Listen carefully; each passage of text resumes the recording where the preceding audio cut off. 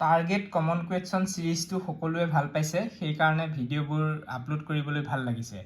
আজিৰ প্ৰশ্নটো তোমালোকৰ পৰা লোৱা হৈছে। কোনোবা এজন ছাত্ৰ নে ছাত্ৰী মই পাহৰিছোঁ, যা হওক কমেণ্টত এই প্ৰশ্নটো দিছিলে।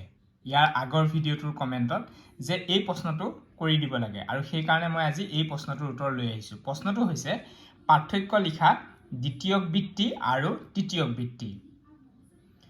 আনসাৰটো তোমালোকে এনেকৈ লিখিব পাৰা, আৰু প্ৰশ্নটো গুৰুত্বপূৰ্ণ প্ৰশ্ন, সেইকাৰণে মই এই প্ৰশ্নটো লৈছোঁ।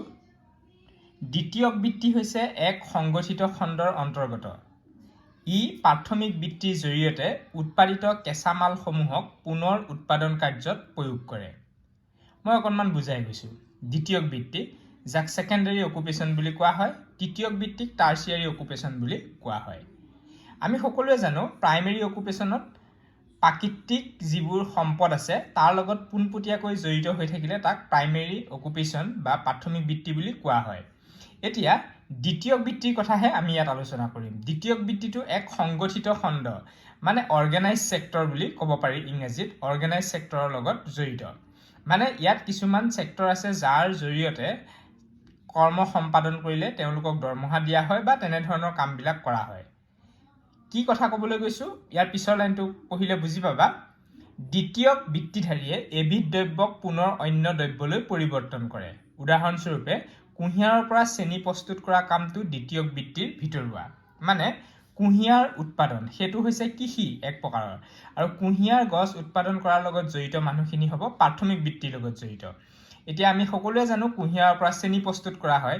কুঁহিয়াৰৰ পৰা চেনি প্ৰস্তুত কৰা হয় উদ্যোগৰ জৰিয়তে। গতিকে সেই উদ্যোগত জড়িত হোৱা মানুহখিনি বা উদ্যোগৰ লগত জড়িত হোৱা যিটো বৃত্তি, সেই বৃত্তিটোক আমি দ্বিতীয়ক বৃত্তি বুলি ক'ম, আৰু সেই বৃত্তিটোৱে হৈছে সংগঠিত খণ্ডৰ অন্তৰ্গত, মানে অৰ্গেনাইজ ছেক্টৰ। সাধাৰণ অৰ্থত নিৰ্মাণ শিল্পৰ লগত জড়িত বৃত্তিটোক দ্বিতীয়ক বৃত্তি বোলা হয়। নিৰ্মাণ শিল্প মানে উদ্যোগ বা শিল্প উদ্যোগ। যিকোনো ধৰণৰ উদ্যোগ, যেনে ক্ষুদ্ৰ উদ্যোগ বা বৃহৎ উদ্যোগ, দুয়োটাই দ্বিতীয়ক বৃত্তিৰ লগত জড়িত। এতিয়া দ্বিতীয়ক বৃত্তিৰ লগত জড়িত আৰু কি হ'ব পাৰে উদাহৰণ, যেনে ঘেঁহুৰ পৰা আটা প্ৰস্তুত কৰা হ'ব পাৰে, ধানৰ পৰা চাউল প্ৰস্তুত কৰা হ'ব পাৰে, বিভিন্ন ধৰণৰ উদ্ভিদৰ অংশ যেনে বাঁহৰ পৰা কাগজ প্ৰস্তুত কৰা উদ্যোগ হ'ব পাৰে। এনেকুৱা উদ্যোগ খণ্ডৰ লগত জড়িত বৃত্তিটোৱে হৈছে দ্বিতীয়ক বৃত্তি। এইখিনি হ'ল দ্বিতীয়ক বৃত্তিৰ বিষয়ে। এতিয়া পাৰ্থক্য লিখিব দিছে তৃতীয়ক বৃত্তিৰ লগত। তৃতীয়ক বৃত্তিৰ লগত কেনেধৰণৰ পাৰ্থক্য চোৱা। আনহাতে তৃতীয়ক খণ্ডৰ বৃত্তি হৈছে সেৱা খণ্ডৰ লগত জড়িত বৃত্তিসমূহ। সেৱা খণ্ড, স্বাস্থ্য সেৱা হ'ব পাৰে, শিক্ষাৰ লগত জড়িত সেৱা হ'ব পাৰে। এই খণ্ডটো সুসংগঠিত, মানে ৱেল অৰ্গেনাইজড। কৰ্ম সম্পাদনৰ বাবে এই বৃত্তিধাৰী লোকসকলে আধুনিক প্ৰযুক্তি ব্যৱহাৰ কৰে, বিভিন্ন নতুন নতুন প্ৰযুক্তি ব্যৱহাৰ কৰে। তৃতীয়ক খণ্ডই প্ৰাথমিক আৰু দ্বিতীয়ক খণ্ডক সুশৃংখলিত কৰ্ম সম্পাদনৰ বাবে প্ৰয়োজনীয় সেৱা আগবঢ়ায়। তৃতীয়ক খণ্ডৰ উদাহৰণ হৈছে, এই তৃতীয়ক বৃত্তি বা টাৰ্চিয়াৰী ছেক্টৰৰ উদাহৰণবিলাক হৈছে বেংক ব্যৱস্থা। এতিয়া বেংক ব্যৱস্থাত নতুন নতুন তথ্য প্ৰযুক্তি ব্যৱহাৰ হৈ আছে, আধুনিক প্ৰযুক্তি।